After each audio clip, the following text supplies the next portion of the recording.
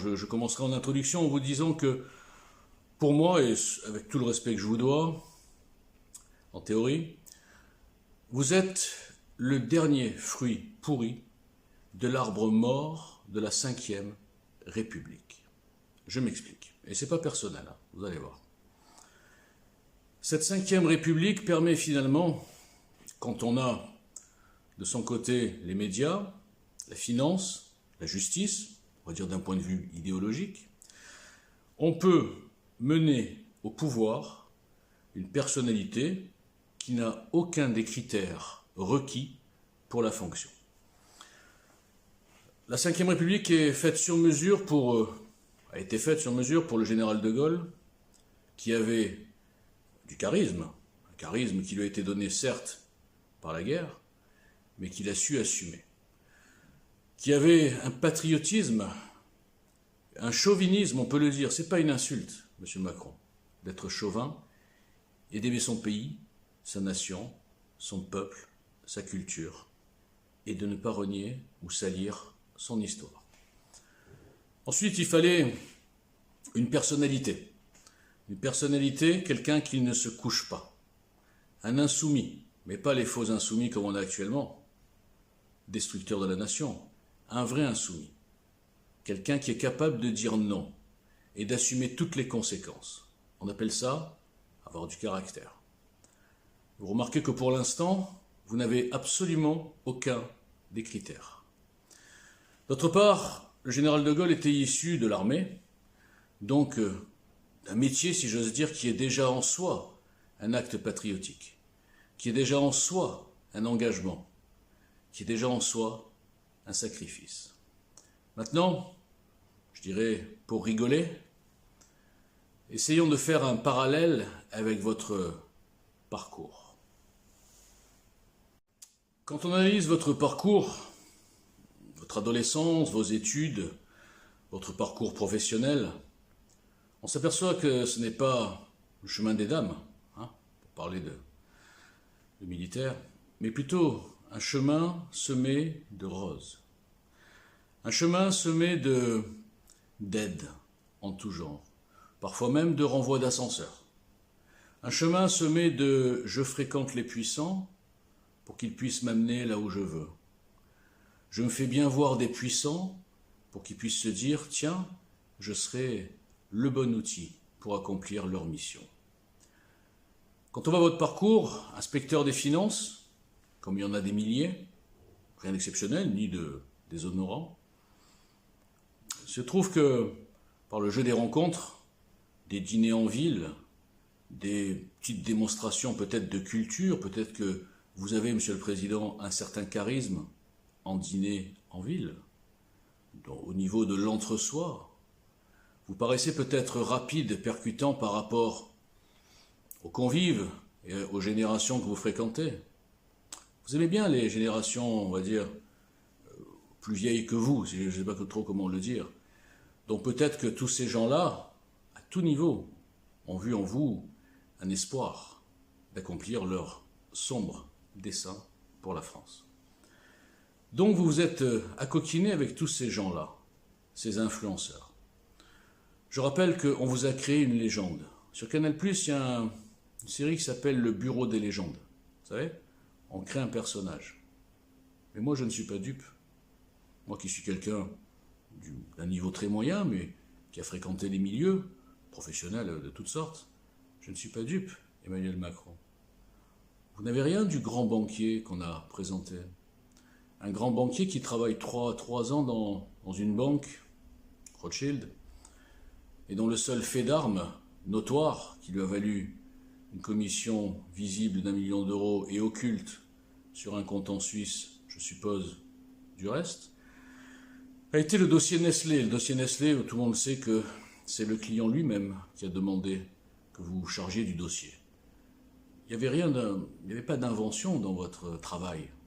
C'était presque un travail de secrétaire. Donc le grand banquier, on repassera. Et je vais vous dire, même si vous étiez un grand banquier n'a rien à faire à l'Élysée. Donc vous êtes un produit fabriqué, comme un supermarché. On vous a mis en tête de gondole. Vos amis de la finance, détenant aussi les médias, c'est pratique, c'est presque consanguin, vous ont mis en tête de gondole. Mais pire encore, les mêmes amis, les autres de la justice, ont réussi à vous dégager le terrain, à vous faire place nette. On s'acharne sur le favori, qui était Fillon. Bon, j'ai rien pour Fillon spécialement, mais enfin dans son programme, ça semblait être le programme qui ressemblait le plus à ce qu'attendaient les Français. On vous fait place nette. Et on fait tout pour que vous arriviez tranquillement face, je suis désolé Marine Le Pen, à l'outil du système Marine Le Pen. Donc j'appelle ça un chemin de rose. J'ai vu votre reportage où tous vos petits acolytes, la sortie des grandes écoles, vos petits collègues intelligents, hein, les Sibeth Ndiaye, j'ai oublié tous leurs noms, tous ces petits jeunes aux dents longues, Griveaux, qui s'amusent, qui ont des drôles d'amusement dans des bâtiments publics, si j'ose dire. Je ne vais pas prendre un par un parce que ça serait pitoyable de voir où notre France en est arrivée, dirigée par une caste de petits, je ne sais même pas quoi dire, en folie. Donc, quand on voit toute votre équipe, quand je les ai vus fanfaronner dans le fameux reportage, je sais plus comment, le coup d'État, là, je ne sais plus comment ça s'appelait, le casse du siècle, ils étaient très fiers d'eux, hein. Ils nous ont bien manipulés, ils ont bien réussi leur coup. Vous avez bien profité, vous, monsieur Macron, des avantages de votre fonction de ministre, des locaux, des carnets d'adresses. Vous avez même, je crois, j'attends les actions en justice s'il y en aura, vous avez même, je crois, financé une grande partie de votre future campagne avec des rétrocommissions, monsieur Macron, parce que il n'y a aucun élément, hein. Vous savez, je parle toujours au hasard, moi. Je ne suis personne, je n'ai accès à aucun dossier. Mais je vais vous dire, monsieur Macron, il n'y avait aucun intérêt, ni pour la nation, ni économiquement, ni psychologiquement, ni rien du tout, de valider l'opération Alstom. Aucun. J'en profite pour parler de votre action héroïque, puisque vous êtes un grand banquier, un grand financier, un grand intelligent, au ministère de l'économie. Revoyons un petit peu au ralenti votre action. Qu'est-ce qu'il en reste? Absolument rien. Les bus, je crois, vous avez fait des bus gratuits, je ne sais plus ce que c'était votre histoire. Oui, il faut casser l'économie, il faut ubériser tout. Il faut que les gens deviennent des outils sans aucune sécurité. C'est ça le monde de Macron. Enfin, pas le vôtre, vous n'êtes pas capable d'inventer un monde. Le monde de vos commanditaires, on va dire. Vous n'êtes qu'un outil, monsieur Macron. Donc, ministre de l'économie, encore, ministre de l'économie imposé par le système, par la caste, imposé. Vous êtes arrivé en urgence pour remplacer, si je me souviens bien, Cahuzac. Il fallait donner une liste de patrimoine, c'est comme ça qu'on dit quand on est ministre. En urgence, vous n'aviez pas le temps de fermer et d'enlever toute trace de votre compte en Suisse. Donc, vous ne l'avez pas noté. Et c'est pour ça que quand vous arrivez 2 ans plus tard à faire la même déclaration pour la présidence, c'est pour ça que plus rien ne tient. Parce qu'il y a quelque chose qui ne va pas. Vous ne pouviez pas rajouter d'un coup un compte en Suisse. C'est impossible. Parce que là, on dit comment? Pendant qu'il était ministre, il avait un compte en Suisse après Cahuzac. Donc vous étiez bloqué, monsieur Macron. Le compte en Suisse ne pouvait pas être déclaré, ajouté sur la déclaration. Et partant de là, il fallait truquer tout et inventer n'importe quelle histoire de travaux, de je ne sais pas quoi, pour justifier j'ai calculé, près de 3 000 € par jour de dépenses sans rien acheter. Votre déclaration de patrimoine est un fake. Elle a été validée par vos amis du système, par vos amis nommés par votre prédécesseur, ex-ami, enfin bref, toute la même caste dégueulasse de socialo-progressistes gauche caviar. Donc je vous le dis, votre déclaration HATV, elle est fake. Donc maintenant, vous avez réussi votre coup. Vous êtes arrivé au pouvoir. Et dès le début, vous avez planté le décor. Déjà, pendant la campagne, les perspicaces auront noté votre désamour, je n'ai pas d'autre mot, votre indifférence de la France. Où a-t-on vu un futur, admettons, président de la République qui va insulter la France à l'étranger, qui va aller faire des contritions en Algérie en train de dire « la France, crime contre l'humanité », etc. Rien que cette phrase aurait dû alerter tous les gens qui ont voté pour vous. Le problème, c'est que ces gens, comme je l'ai dit précédemment, n'avaient pas le choix. 40 ans de diabolisation font que Marine Le Pen au deuxième tour est une garantie de victoire. Le seul combat était de tuer politiquement Fillon.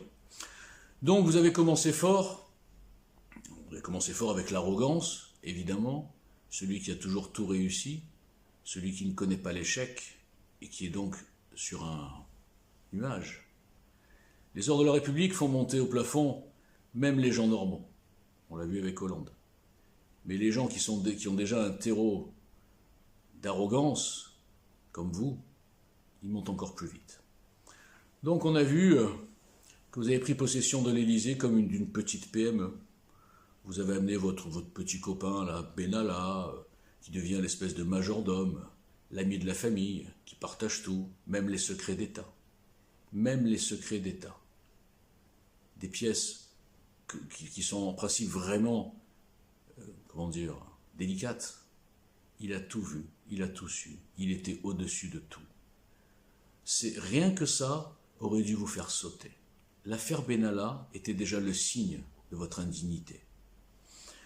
Ensuite, évidemment, votre première dame, si j'ose dire, qui vous a elle aussi façonné, qui vous a elle aussi, je suis désolé, comme un petit garçon, présenté les gens importants. Vous vous présentez sans doute comme un trophée. Regardez, Emmanuel Macron, mon mari, aidez-le, il a du potentiel pour accomplir la mission quasi divine. Je vous ai vu dans une interview, un regard qui, même moi, j'ai une réputation de psychopathe, vous savez, même moi j'ai eu peur. J'ai dit, mais qui est ce type? Bon. Donc l'indignité, on a vu la fête de la musique, des travestis en short, moulants, à l'Élysée, enfin, je ne vais pas tout refaire parce que c'est du jamais vu, c'est un cauchemar. Macron, vous êtes un cauchemar pour la France. Hollande, pour moi, c'était le top du cauchemar. Et je me suis aperçu comme des millions de Français qui avaient pire, vous. Ensuite, nous avons eu les Gilets jaunes. Les Gilets jaunes. Alors, je rappelle que depuis des années, les racailles, les vrais, les délinquants, les racailles dans les cités, ceux qui agressent la police, qui les traitent de fils de pute, j'ai pas peur des mots, de Wallah c'est pas moi, de nique ta mère, de nique la France, etc. Eux, attention, pas de vague, on dit rien. Je vois des images où les policiers ont ordre de se replier, ordre de se taire, de regarder par terre quand ils se font insulter. Et là, les gilets jaunes. Là, par contre, c'est des opposants politiques. Donc là, la dictature socialo-progressiste se met en marche. Et on voit les forces de l'ordre avec des consignes dégueulasses, infâmes, des LBD 40 chargés avec des munitions illégales. La France qui fait ça. Même l'Iran nous aurait pu nous donner des leçons. J'exagère un peu. La France. Et qui est l'opérateur de tout ça? Vous, monsieur Macron. Même ça, vous avez cassé. Même l'image de la France à l'étranger. Le pays des droits de l'homme. Même ça, vous l'avez cassé. Je dirais que le pays des droits de l'homme est devenu celui où a été écrite la Déclaration des droits de l'homme. C'est juste maintenant le lieu de l'écriture. Ce n'est plus symbolique. Vous avez même cassé ça. Donc les Gilets jaunes, on a bien compris. On a bien compris à qui on avait affaire. À un petit dictateur. Et je reviens au point de départ. Vos carences graves. La méconnaissance totale du peuple. L'absence totale de psychologie. Et pourquoi? Vous ne connaissez pas le peuple, monsieur Macron. Vous avez évolué dans un milieu quasi unique. S'il y avait 100 strates de la population française, tout confondu, professionnel, racial, ethnique, ce que vous voulez, vous en connaissez une vingtaine au maximum. Et c'est ça votre problème. Vous ne connaissez pas ni la France, ni les Français. Vous avez, dans la même journée, des fois, annoncé des mesures révoltantes, que les gens ne peuvent pas comprendre si on ne les met pas dans un contexte. Vous n'avez même pas été capable de communiquer. Comment voulez-vous que les gens ne deviennent pas fous? Quand on voit que vous allez enlever 5 € sur les APL et que vous enlevez une partie de l'impôt sur la fortune, par exemple. La bêtise. En fait, c'est même pas de la bêtise, c'est de l'arrogance. Donc, ensuite, prenons point par point. Vous voulez que je fasse le bilan? La justice. Vous avez aggravé le laxisme. Vous avez aggravé le laxisme lancé par Taubira, qui a abouti aujourd'hui à un ensauvagement hallucinant, à un culot hallucinant. Il n'y a plus de peur de la police. Au contraire, on vient les insulter. Je ne parle même pas des terroristes qui vont les assassiner. Donc la justice, c'est un échec total. Et vous enfoncez le clou en nommant Dupond-Moretti. Dupond-Moretti, l'avocat du frère de Mera, entre autres. Alors je sais bien qu'un avocat doit défendre tout le monde. Mais Dupond-Moretti a aussi des prises de position claires depuis des années en faveur des délinquants, avec un mépris total des victimes. Et vous choisissez Dupond-Moretti, ministre de la Justice. Rien que ça montre que vous n'avez rien compris. Mais pire encore, je vais vous le dire franchement, que vous prenez les Français pour des cons. Et je vais vous donner un exemple clair. Septembre ou octobre 2019, l'affaire Harpon à la préfecture, grande déclaration de comédien raté. Nous sommes en guerre contre l'hydre islamiste. Depuis un an, dites-moi une seule mesure concrète que vous avez mise en place pour lutter contre l'hydre islamiste. Vous vous êtes couché. Vous n'êtes que dans la communication. Vous tournez avec le vent. Vous dites liberté d'expression et ensuite devant le roi d'Arabie Saoudite, là, vous vous couchez, vous prenez du recul, vous prenez peur. Vous êtes un vrai politicien pourri de la Ve République. Je vais continuer. L'immigration. Vous voulez que je vous parle de l'immigration? Combien de faux migrants? Combien de demandeurs d'asile déboutés non expulsés? Combien de multirécidivistes sans papier dans nos rues? Des dangers publics? Combien de fichiers S libérés, soi-disant surveillés, même des fois sous bracelet électronique, et qui vont égorger des prêtres? Combien? Tout ça, c'est votre responsabilité. À vous, pas qu'à vous, à tous ces politiciens inconscients qui osent nous parler en ce moment, je ne vais pas m'étaler sur le Covid parce que là, ça va être trop long, qui osent nous parler de principes de précaution, nous sommes là pour votre sécurité. Alors que pas du tout. Le Covid n'est qu'un prétexte pour passer des lois liberticides. Si vous étiez en principe de précaution, depuis 20 ans d'insécurité, tout ce que je viens de dire, il y aurait d'autres mesures à prendre. Vous ne les avez jamais prises. Vous n'en avez rien à faire de la sécurité des Français. Vous êtes là pour autre chose. C'est notre seul point commun, M. Macron. Je suis moi aussi ici depuis 3 ans pour autre chose, mais pour construire autre chose. Ensuite, qu'est-ce qu'on peut? Vous voulez qu'on parle quoi? L'économie? Vous avez tué l'économie. Vous avez laissé partir tout à volo. Toutes les valeurs de la nation, tout ce qui est régalien est parti en vente à la casse. Vous faites en sorte de détruire cette nation de l'intérieur, de la détruire psychologiquement au niveau de son peuple, même économiquement, pour que le pays ne possède plus rien. C'est ça que vous faites. Vous savez, moi j'ai repris des boîtes en plan de reprise, etc. Moi je faisais pas ça, mais il y en a, ils font ça. Ils reprennent des boîtes, ils les dépouillent, et ensuite il n'y a plus rien. C'est ce que vous êtes en train de faire, M. Macron. Maintenant l'éducation nationale. Tout vient de là. Tout ce que nous vivons. La haine de la France, le dégoût, les falsifications de l'histoire, l'islamisation, des jeunes, des pourcentages impressionnants de jeunes qui détestent la France. Leur valeur, c'est l'islam, c'est le blasphème, c'est etc. Toutes ces choses-là. Et pourquoi? Parce que vous, comme les autres, les socialo-progressistes, avez laissé prendre l'éducation nationale en otage par des lâches, les fameux pas de vague, et par des syndicats infiltrés, gauchistes, islamisés, qui cultivent la haine de la France qu'on voit tous les jours. Avec EJL, ça va nous prendre 20 ans pour réparer vos conneries. 20 ans, une génération entière pour refaire de ce pays une nation et pas une accumulation de petites communautés protégées. C'est un massacre. Après, vous voulez qu'on parle de quoi? La laïcité, ça va ensemble, la laïcité. Je vous ai vu dans des interviews avant votre élection, tout le monde aurait dû comprendre. Vous défendiez justement le contraire de la laïcité. Mais c'est marrant parce que vous défendez l'islam, que vous le vouliez ou non, parce que pour vous, la laïcité, il y a un danger de radicalisation. Vous voulez que je vous remette vos déclarations? Comme quoi vous n'avez rien compris à la situation. Vous parliez il y a 3 ans de radicalisation de la laïcité. Je vais être vulgaire, espèce de malade. La radicalisation de la laïcité. Elle a tué qui, cette radicalisation de la laïcité? Au contraire, elle essaye de maintenir nos valeurs, nos racines. Et même moi qui suis ni croyant ni religieux, la France, c'est une culture chrétienne. qu'on le veuille ou non. Même ça, vous voulez casser. Donc, parlons maintenant de l'Union européenne. L'Union européenne, vous passez pour un rigolo auprès de tous les chefs d'État sérieux. Mais vous ne vous rendez même pas compte. Vous êtes sur un nuage, je vous assure. Emmanuel, reprenez-vous. Vous n'avez aucunement la dimension que vous prétendez avoir. Regardez Erdogan, un exemple. Vous pensez que vraiment que Erdogan se serait permis la façon dont il vous parle si on avait un vrai chef d'État à la tête de la France, qui le regarde dans les yeux et qui a ce qu'il faut dans les yeux. Même, je vais vous apprendre quelque chose, en stratégie du fou. Vous ne maîtrisez pas la stratégie du fou parce que vous, je suis désolé, c'est pas une stratégie. Pardon, non, je me suis un peu laissé aller là. Donc en politique étrangère, vous nous avez humiliés.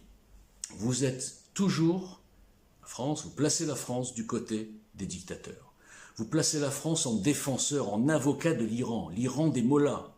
Vous placez la France en adversaire des États-Unis parce que le président vous déplaît. Évidemment, c'est le grain de sable, Emmanuel. Tout le monde l'a compris. Le grain de sable de votre plan global, les socialo-progressistes et les grands milliardaires derrière du système qui veulent nous rendre des outils. Il n'y a que quelques chefs d'État qui se lèvent contre ça. Et Trump en fait partie. Donc c'est votre ennemi. Donc vous êtes prêt à défendre l'Iran des mollahs, à vous coucher devant l'Algérie, aller encore une fois vous excuser, donner de l'argent à Abbas, le Hamas, le Hezbollah, pas de problème. Rien ne vous dérange. C'est une honte. Vous avez quasiment achevé ce pays. Mais heureusement, il y a un réveil citoyen qui est en train de se faire, et pas celui que vous attendez. Pas celui de gilets jaunes déchaînés qui sont faciles à contrer, à ridiculiser. Pas celui non plus des partis politiques que vous maîtrisez complètement, avec des profils de politiciens. C'est autre chose qui vous attend, Emmanuel Macron. Il reste 1 an et demi, et ça viendra d'un coup. Vous n'aurez même pas le temps, avec vos petites cliques, là, de préparer une stratégie pour contrer ce qui va se passer. J'ai encore quelque chose à dire ? Non, vous voyez, pour une fois, j'avais des notes, j'avais les grands axes. Non, j'ai plus rien à vous dire, Emmanuel Macron. Je vous dis simplement à très bientôt.